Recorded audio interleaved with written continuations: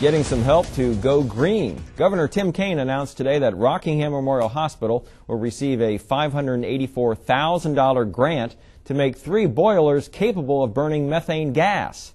The gas will come from the nearby Rockingham County landfill. The RMH project is one of 15 in the state that were announced today to receive a biomass energy grant. The money comes from federal stimulus funding. And joining us now to discuss the project is Dennis Kaufman, Director of Facilities Planning for Rockingham Memorial Hospital. Dennis, thanks for joining us. Well, thank you for having me. Now, how will that project work, the whole project using methane gas? Well, typically a hospital generates steam from either using natural gas or diesel fuel, and the steam then is used to make hot water. We cook with it, we heat with it, and we also sterilize our surgical equipment with it. So instead of, you said normally you would use natural gas or diesel fuel, yes. And instead you're going to be using a lot of methane gas. That's correct. Because it's, I guess, nearby and it's cheap? It's cheaper. The county is able to give us a good price on that. They're able to make a profit, so that helps the county out.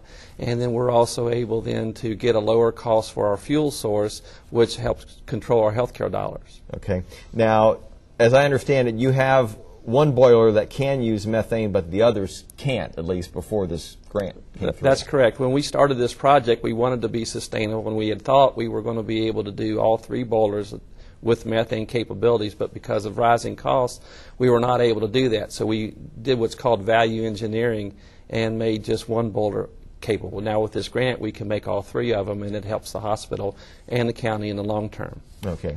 Now, how much of this project that you are going to be doing with making these 3 boilers methane capable, how much of the project is paid for with this grant? Well, over 2/3 of it, and that's what we would call the hard costs, the things that in engineering terms is called bricks and mortars, the pipes and the actual equipment. The soft costs, the hidden costs, are ones that will be absorbed by the hospital. Now, would you do this project without the grant money? We would, but it would take a lot of years or into the future to be able to get the funds available for us to do that. All right.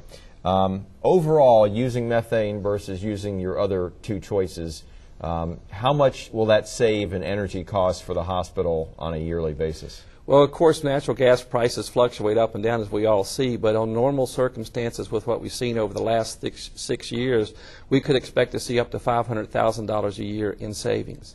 That much money just in savings? Just in savings, yes. Wow. Wow, that's terrific. Is there any, can that supply of methane from the landfill, how long will the landfill be able to produce sufficient methane? Well, in the feasibility study that the county conducted, they were looking at methane supplies out 30 years into the future. So we would expect to be able to use it for at least that long with what they already have capable to do. And, of course, we always produce more trash, so that should be a truly renewable energy source. Okay. And I guess if there's, for some reason, a disruption in the supply from the landfill, you can always just turn to your natural gas or your diesel? Yeah, that's correct. The boilers have what's called a fuel train that's tri-fuel, so it can burn any of all of those 3 fuels, and they can do a combination of the fuels if they need to at any one time as well. So I would think that any landfill then, with this project, it's nice that you're nearby, but I would think like landfills around the country would have a product now to sell. It certainly would be.